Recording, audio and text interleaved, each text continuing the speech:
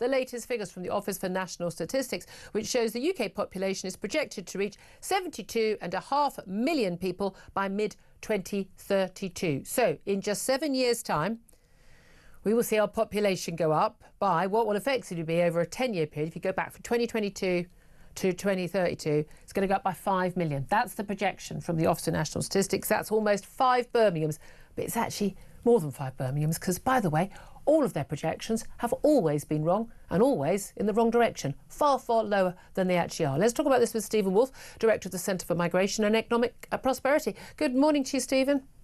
Good morning, Julia. I imagine you're not remotely surprised by this. Another report, another population prediction, huge numbers, but it'll still be wrong because it'll be an underestimate.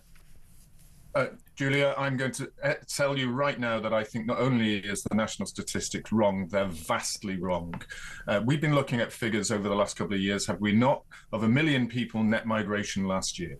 The year before that, 900,000, and the year before that, several hundred thousand, way over the 500,000 limits that we've got. These figures that they're basing them on is 340,000 net migration, a third of what we can get in the last 3 years. I've just run through the figures today, just before I came onto the show, with the government's own site, which they have, the population of half that, 550,000 people coming in as net migration. If we look at that, the population will be 80 million, 8.5 million people more. By 2032? That's more rational, yes.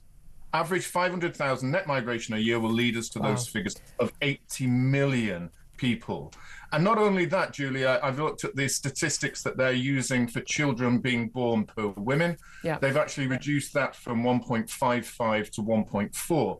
So they're underestimating the number of births that are coming here as well. Yeah, I mean, we know that migrants are more likely to have more children than homeborn women in this country. We've got an ageing population. We've got the baby boomers, who there's a big cohort and more people are going to be dying. But that means we're also going to have births. They're going to be roughly equal, aren't they? So virtually the entire extra pretend level of 5 million people is going to be new arrivals to this country. Are you aware of anything being done by the government, by any authority whatsoever, to plan for where 5 million more people would live, where their children would go to school, where they would seek medical treatment, where they might park their cars, where they might get their bum on a seat on a bus to work in the morning, where their water supply will come from, their electricity supply, the gas supply for heating their homes?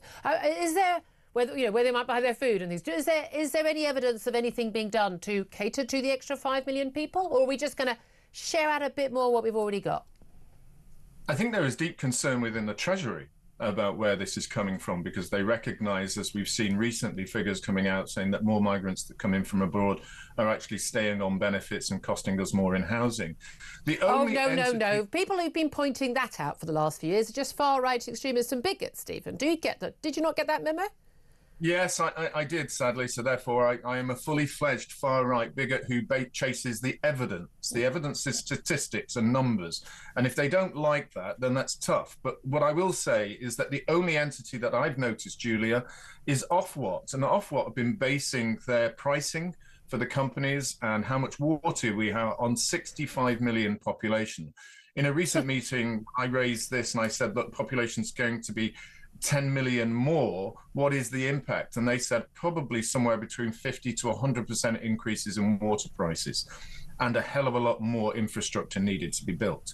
So there are entities looking at this, but the cost to Britain of this massive population explosion caused solely, as you've rightly pointed out, by immigration is a vast amount of taxes being taken from us. We will become the 21st most populated country in the world. And if you just take England out, Julia, we will be the 24th, just England alone, the 24th most populated country in the world. And that's when you look at countries like Singapore, which are just basically just one big city to all intents and purposes. But there's not just an economic side to this. There's not just an infrastructure side to this, a housing pressure side to this. And yeah, hey, I'm supporting the government in building more houses. They're not going to build even the number of houses they want to build. And that number of houses doesn't touch the size of the number we need already, let alone with another, God knows how many million people.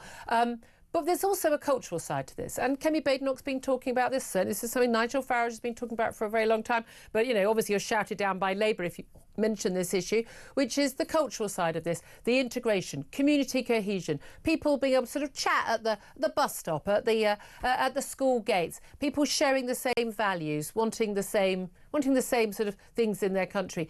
That goes by the wayside if you have so many people arriving in such a short period of time and often moving to live in communities which are basically living, you know, parallel lives side by side with the homegrown community. Oh, absolutely. And I've just been running again through the figures on that, Julia, because I think the cultural aspects are going to grow even more enormously.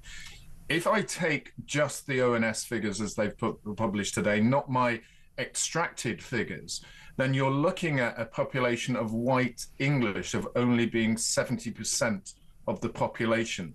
And the Asian community, the Southeast Asian, and those adding Iran, Iraq, and Syria into that, will become 13 to 14% of the population. And I think what you'll see with that is the increased tensions around what is Britain, what is our cultural heritage. We will see more statues being pulled down. We will see more images of Winston Churchill being removed from public. It's the white Britons who are doing that.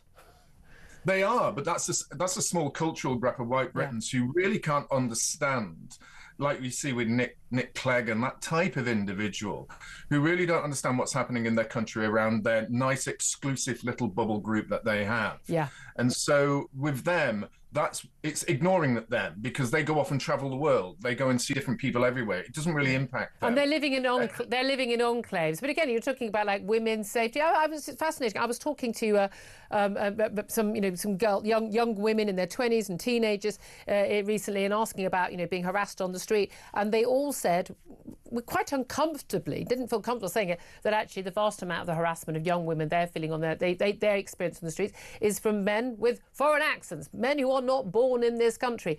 That has an impact, impact on gay men. We've seen the impact on Jewish citizens in this country in terms of those who are threatening violence against Jews and the hatred against Jews in this country.